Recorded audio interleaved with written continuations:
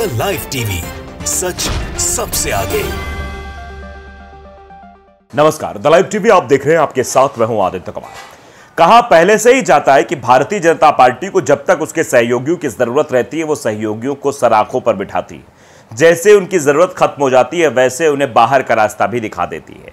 अब महाराष्ट्र में भारतीय जनता पार्टी अजीत पवार के साथ खेल खेलने वाली है। दरअसल अजीत पवार अपने चाचा को धोखा देकर भारतीय जनता पार्टी के साथ चले गए थे और भारतीय जनता पार्टी के साथ चुनाव भी लड़े, लोकसभा का चुनाव लड़े, मंत्री पद भी ढंग का नहीं मिला और अब उनको बाहर का रास्ता भी दिखाया जा रहा है। यानी गठबंधन में भारतीय जनता पार्टी के साथ अब अजीत पवार की एनसीपी नहीं रहेगी, अब वो सिर्फ शिवसेना, वो भी एकनाथ शिंदे वाली शिवसेना के साथ मिलकर ही विधानसभा का चुनाव लड़ेगी। ऐसी सुगबुगाहट भी तेज हो गई। इतना बड़ा झटका अजीत पवार को लगा है, शायद उन्होंने कभी सोचा नहीं होगा और वो उन दिनों को याद कर रहे होंगे जब उन्होंने शरद पवार यानी अपने चाचा से दगेबाजी करके पार्टी के कुछ विधायकों को लेकर शामिल हो गए थे भारतीय जनता पार्टी। वैसे एकनाथ शिंदे के साथ भी कुछ दिन बाद ऐसा ही होने वाला है। अभी तो एकनाथ शिंदे को ऐसा लग रहा है कि उनके पास संख्या बल है, 7 सांसद जीत कर भी आए हैं, संख्या बल है, सब कुछ उनके अंडर में है, अभी अंडर कंट्रोल है, इसलिए उनके साथ कुछ ऐसा नहीं होगा। लेकिन जैसे ही जरूरत भारतीय जनता पार्टी को लगे कि अब इस सहयोगी की जरूरत हमें नहीं है, वैसे भी एकनाथ शिंदे का भी वही हाल होगा जो अब अजीत पवार का इस वक्त हो रहा होगा। अजीत पवार के दिल और दिमाग में 70 तरीके के क्वेश्चंस उठ रहे होंगे कि हमने क्यों भारतीय जनता पार्टी का साथ दिया, हम क्यों भारतीय जनता पार्टी के साथ गए। अगर हम इंडिया गठबंधन में होते तो शायद इंडिया गठबंधन को और भी सीटें जिता पाते और भारतीय जनता पार्टी के लिए इस समय मुसीबत भरी खबरें आ रही होती, क्योंकि आप जानते हैं एनसीपी का थोड़ा बहुत वोट तो शिफ्ट हुआ है, तभी सीटें जीत कर आए हैं। अजीत पवार अगर ना शिफ्ट हुआ होता और वो हर सीट पर इंडिया गठबंधन के प्रत्याशी की मदद कर रहा होता तो मुझे लगता है कि आने वाले समय में किस तरीके से एनडीए को महाराष्ट्र में और भी बड़ा झटका लगता हुआ दिखाई देगा। लेकिन वही है कि अब पछताए का हो जब चिड़िया चुग गए खेत, कि अब चिड़िया जो है वो खेत चुग गई है और अजीत पवार के पास अब कोई विकल्प बचा नहीं। अजीत पवार करें तो करें क्या, अजीत पवार के साथ बड़ा खेल हो गया है। महाराष्ट्र में विधानसभा चुनाव में अजीत पवार को अकेला करने वाली है बीजेपी। अब अजीत पवार कहां जाएंगे ये भी अपने आप में सवाल बन जाएगा। क्या वो भारतीय जनता पार्टी के साथ रह के भारतीय जनता पार्टी की मदद करेंगे, अपने विधायकों को टिकट नहीं दिला पाएंगे, या फिर वो फिर से अपने चाचा की शरण में चले जाएंगे और शरद पवार से कहेंगे चाचा गलती हो गई है, हम आपके साथ ही हैं और पार्टी एक ही रहेगी, हम लोग एकजुट हो जाएंगे। ये अब कई तरह के सवाल हैं जो अब उठने लगे। अजीत से नाता तोड़ शिवसेना संग विधानसभा चुनाव लड़ सकती है भाजपा, तय किया 157 सीटें जीतने का लक्ष्य। 157 सीटें जीतने का लक्ष्य भी तय हो गया है, अब अलग लड़ने की बात भी तय हो गई है, सब कुछ तय तुकार हो चुका है। अब सिर्फ और सिर्फ ये डेट सुनिश्चित करनी जिस दिन अजीत पवार को सीधे बाहर का रास्ता दिखाया जाएगा। महाराष्ट्र में विधानसभा चुनाव के लिए भाजपा ने कमर कस ली है। सूत्रों की माने तो भाजपा अजीत पवार की एनसीपी से नाता तोड़कर एकनाथ शिंदे की शिवसेना के साथ मिलकर चुनाव लड़ेगी। लोकसभा चुनाव के परिणाम के बाद भाजपा राज्यों में विधानसभा चुनाव को लेकर अलर्ट हो गई है। लोकसभा चुनाव से सबक लेकर महाराष्ट्र भाजपा अब विधानसभा चुनाव को लेकर सतर्क हो गई है।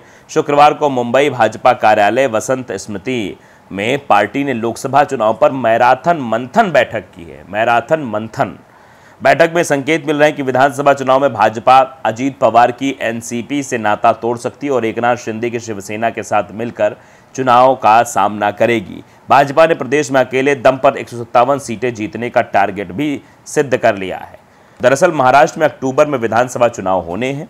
इसके सूत्रों ने बताया, पार्टी की मंथन बैठक में मुख्यमंत्री देवेंद्र फडणवीस ने कहा कि लोकसभा चुनाव में पार्टी ने 125 सीटों पर बढ़त बनाई है, जबकि 25 से अधिक विधानसभा के कड़े मुकाबले में हम बहुत कम मतों के अंतर से पीछे रह गए हैं।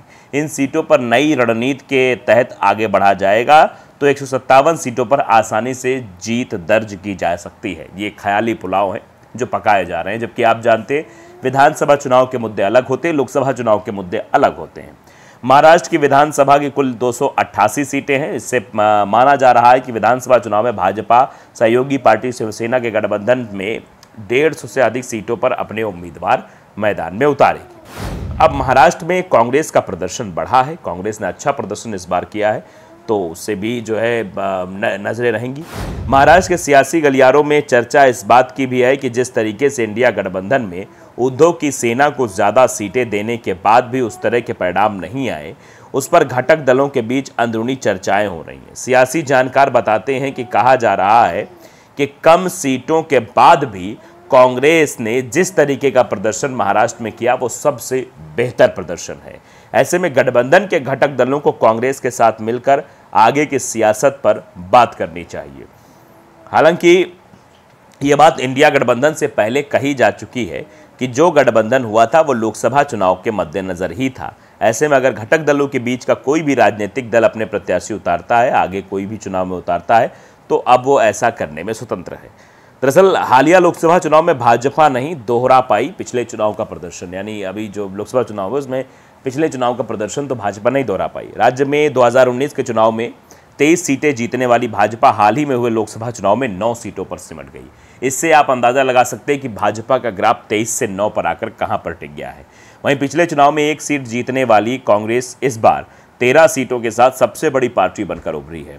इस चुनाव के नतीजों से एक बात तो साफ हुई है कि उद्धव ठाकरे की शिवसेना और शरद पवार के एनसीपी को लोगों की सहानुभूति मिली है और उसी सहानुभूति का फायदा मिला है। और अब एनसीपी यानी शरद पवार की एनसीपी और कांग्रेस और शिवसेना उद्धव ठाकरे की, ये सब मिलकर बीजेपी का विजय रथ रोकने की कोशिश करेंगे, जो 157 का लक्ष्य बनाकर चल रही है कि 157 का लक्ष्य हम सरकार बनाएंगे। दरअसल एकनाथ शिंदे को भी इस बात का अंदाज़ा लग गया होगा कि असली शिवसेना की अगर बात होगी, असली शिवसेना मानी जाएगी तो वो बाला साहब ठाकरे के बेटे उद्धव ठाकरे को ही लोग मान रहे हैं और असली शिवसैनिक उनके साथ जुड़ भी रहे हैं। सीटों का बड़ा अंतर है जो वो दर्शाता है कि ये अपने आप में थोड़ा बहुत वोट का पोलराइजेशन हुआ है। एकनाथ शिंदे के जो व्यक्तिगत वोट रहे होंगे, जो उनके प्रत्याशी के व्यक्तिगत वोट रहे होंगे, और फिर भारतीय जनता पार्टी का समर्थन मिल जाना, एनसीपी का समर्थन मिल जाना, अजीत पवार के एनसीपी का, थोड़े बहुत वोटों की वजह से वो चुनाव में प्रभावित किया होगा। लेकिन ये विधानसभा चुनाव है, यहाँ पर चीज़ें अलग तरीके से देखी जाएंगी। यहाँ चीज़ें महाराष्ट्र से संबंधित चीज़ें होंगी कि महाराष्ट्र के लिए विकास कौन करने वाला, और महाराष्ट्र के बारे में किसने बात की थी। महाराष्ट्र के इतिहास को उठा के देखा जाएगा तो बाला साहेब ठाकरे पर सभी की निगाहें रहेंगी।